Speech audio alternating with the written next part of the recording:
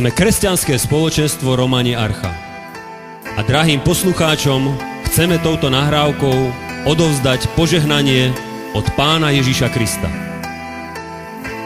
Ľudia sú ochotní veriť tomu, že Ježiš Kristus je reálna osoba, ale základom evanjelia je, aby sme uverili, že osoba Ježiša Krista je osoba Boha, že je to jeho syn. Už pred stvorením sveta sa zrodil z Otca a skrze Božieho syna a pre neho bolo všetko stvorené.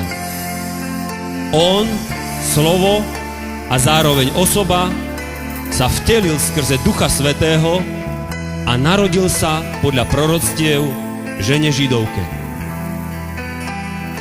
Táto Božia misia bola v záujme záchrany ľudstva od hriechu a zatratenia v pekle.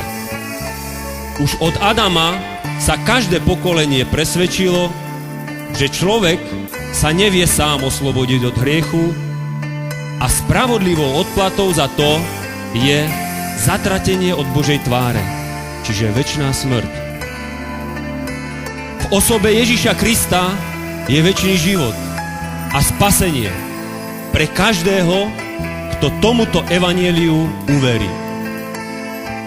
Človek je stvorený na Boží obraz a je tiež trojediný. Sme duchovné bytosti, máme dušu a prebývame v tele. Spasenie sa zaoberá oblasťou ducha človeka, z ktorého Boží život naplňuje aj dušu. Tento Boží život klope teraz aj na dvere tvojho srdca. A osoba Ježiša Krista chce znovu zrodiť tvojho ducha.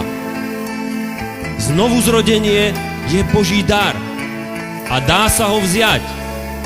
Ak v srdci veríš, vyznaj spolu so mnou túto modlitbu. Drahý Bože Otče, viem, že som hriešnik a preto ťa prosím o odpustenie mojich hriechov.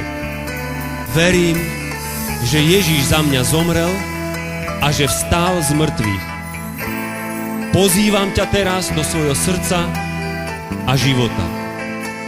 Vyznávam, že Ježiš je mojím pánom a spasiteľom. Ďakujem ti za odpustenie mojich hriechov a za dar večného života. Amen.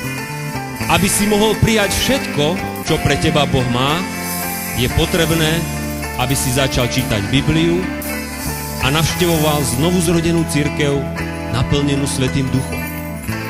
Ako pastor zboru sa budem tešiť z každého úprimne veriaceho, ktorý k nám príde osobne.